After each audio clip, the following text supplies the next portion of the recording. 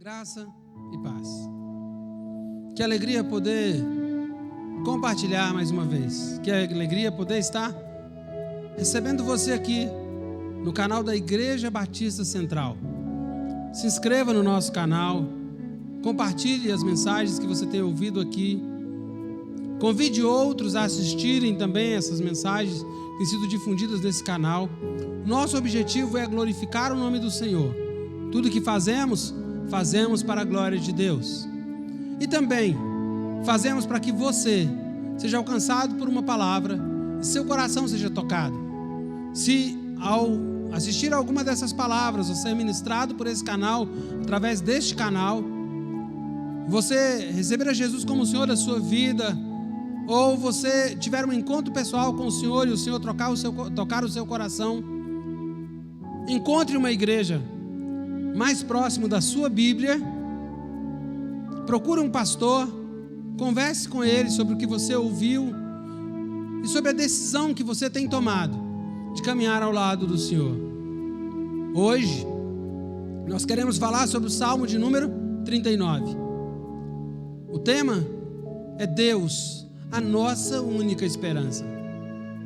Em 1 Timóteo, capítulo 1, verso 1, Paulo escreve e ele diz: Cristo Jesus, nossa esperança.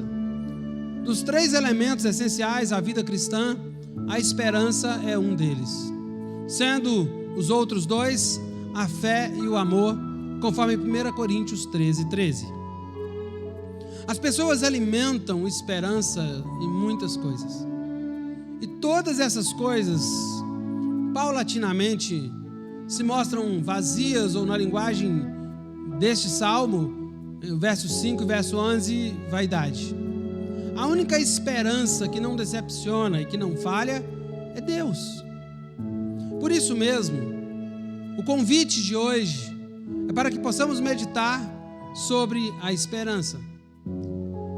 Davi compôs o Salmo 39 e o confiou aos cuidados de Jedutum, que juntamente com Emã e Asaf foram encarregados por Davi pelo culto no santuário. Alguns entendem que o título ao mestre de canto Jedutum não seja uma referência a este músico, mas sim uma melodia fúnebre que levou este nome. Mas Calvino, e eu também concordo com ele, vê que essa interpretação é desprovida de sentido e importância.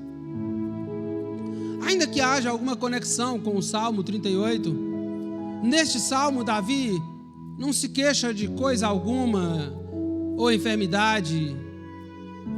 Ele é usado por Deus e crê que essas situações são usadas por Deus para discipliná-lo. Neste Salmo, há algumas situações que envolvem Davi: silêncio diante de Deus, depois uma oração ao Senhor, seguida por um apelo de auxílio, novamente um silêncio diante do Senhor, novamente uma oração diante do Senhor e novamente o apelo por auxílio ao Senhor. Davi faz uma pergunta no verso 7: e eu, Senhor, que espero? Seguida de uma confissão maravilhosa: Tu és a minha esperança. Deus é a nossa única esperança. E a verdadeira esperança que o nosso coração precisa só pode ser encontrada em Deus. É assim que aprendemos. E esperando em Deus, nós devemos, primeiro, aguardar em silêncio o seu agir. O profeta Jeremias nos diz: bom é aguardar a salvação do Senhor, e isso em silêncio. Ele disse isso quando Jerusalém estava sendo assaltada pelos babilônios, enquanto os inimigos devastavam a cidade.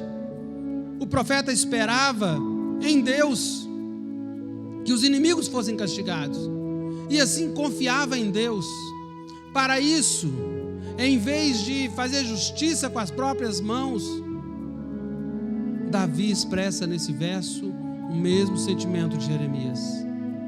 O silêncio que Davi adotou diante dos ímpios tinha dois motivos.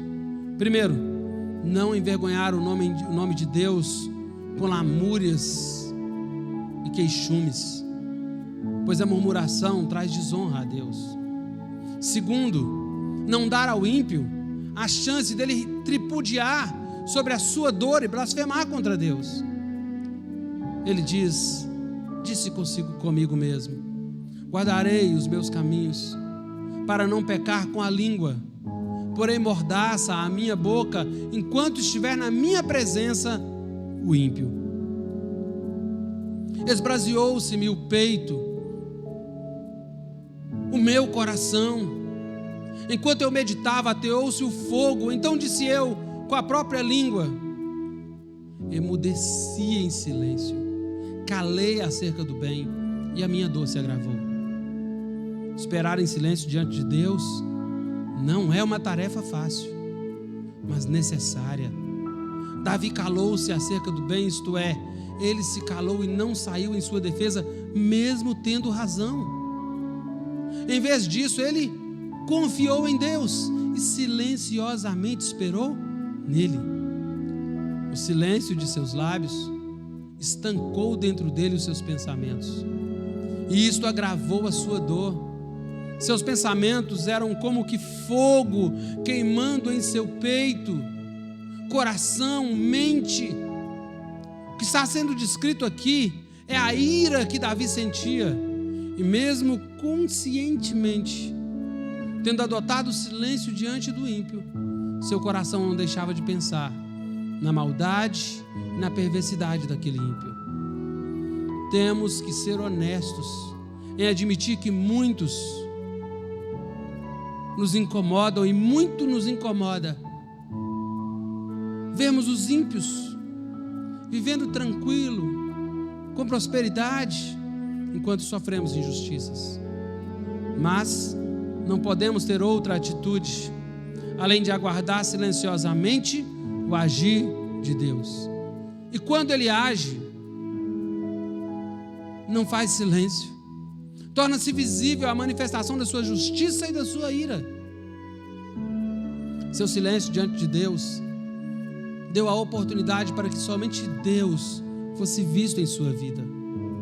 O que Davi quis dizer aqui é que ele reconhecia que a existência tanto dele quanto a do ímpio são obras da mão de Deus. Porque tu fizeste isso, ele diz. Nosso silêncio, aguardando Deus agir, é também uma demonstração da nossa submissão a Deus, aceitando e mesmo que não entendamos os seus propósitos. Ele tem seus propósitos até na existência do ímpio. Se o ímpio existe, é porque Deus assim o quis. Davi diz: emudeço, não abro os lábios, porque tu fizeste isso. Na presença de ímpios, fale somente o que vai glorificar a Deus. Nunca abra o seu coração ao ímpio, nunca murmure na presença de um ímpio, pois isso é um péssimo testemunho. Ponha uma mordaça em sua boca.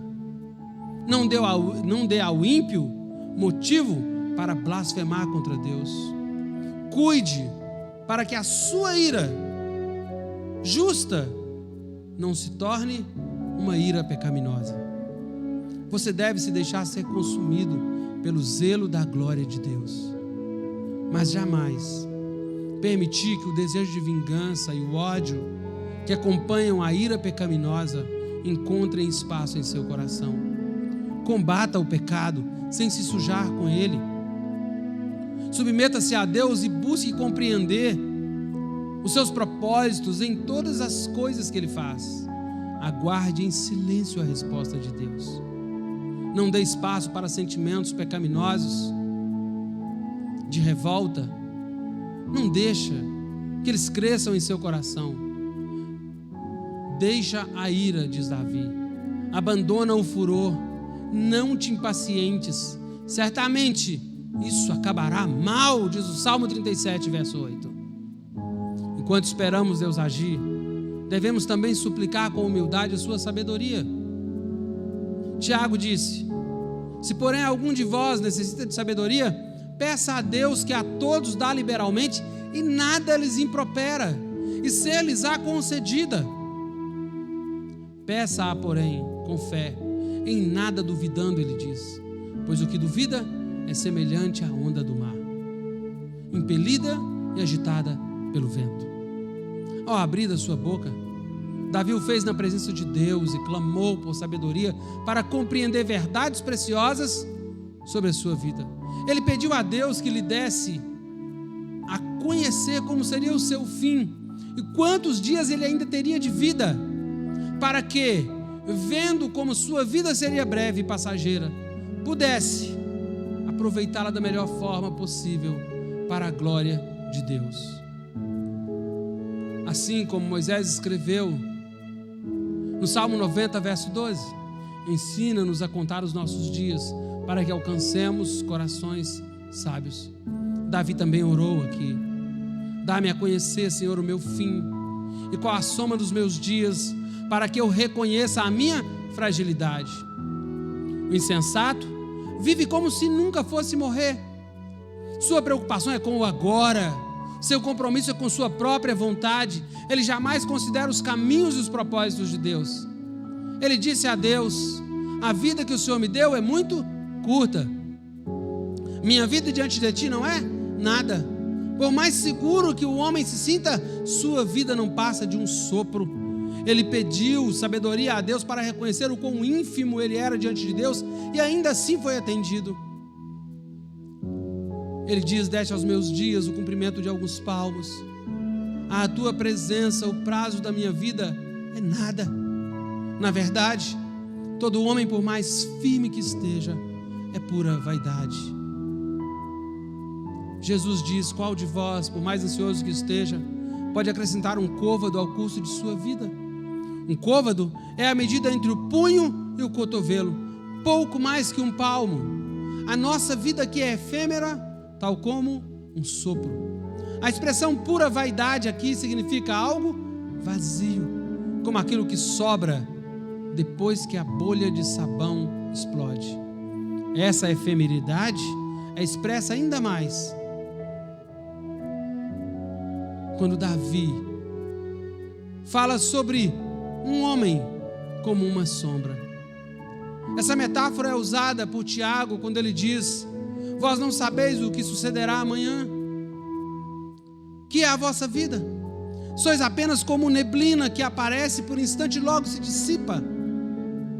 As riquezas que tanto amontoamos de nada servem, pois acabam ficando para outros, e nós nem ficamos sabendo quem as aproveitará. Isso nos lembra o que o Senhor Jesus contou sobre aquele homem rico que se vangloriava de sua colheita abundante e confiava em suas próprias riquezas. E naquela mesma noite ele morreu, deixando tudo para trás. Com efeito, passa o homem como uma sombra, em vão se inquieta, amontoa tesouros e não sabe quem os levará. Quando castigas o homem com repreensões por causa da iniquidade, destróis nele como traça o que tem de precioso. Com efeito, todo homem é pura vaidade. Tira de sobre mim o teu flagelo, pelo golpe da sua mão estou consumido. Esses textos precisam ser entendidos juntos. O que Davi está dizendo aqui é que se Deus não tivesse misericórdia dele enquanto o disciplinava, ele seria totalmente exterminado, pois se via sendo consumido pelo peso da mão de Deus. Deus não castiga nenhum de nós sem um motivo. Ele disciplinou a Davi por causa de sua iniquidade, e neste momento Davi sentiu ainda mais a fragilidade de sua vida.